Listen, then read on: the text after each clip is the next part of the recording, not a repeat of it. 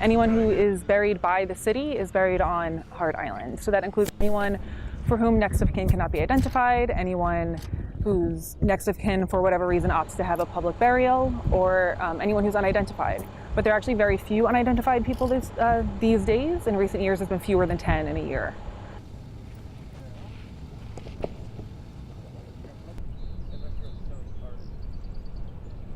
The plot markers represent 150 people who've been buried in that particular trench, and then our records include people's exact location within the trench.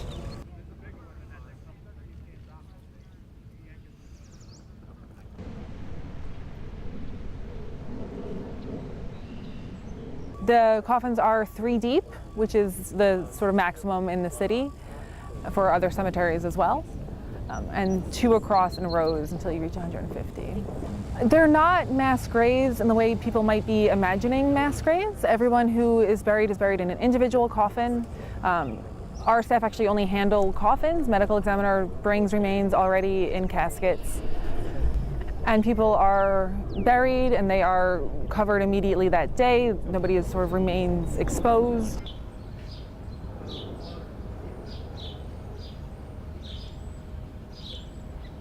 In order for me to come to visit her grave site, which is not her grave site, she shares it with 999 other babies in a large trench without a marker. There are no grave markers. But in order for me to come here, I have to plan 6 months in advance with the Department of Correction, ask to see if I can see her on one of their regularly scheduled dates, which is once a month.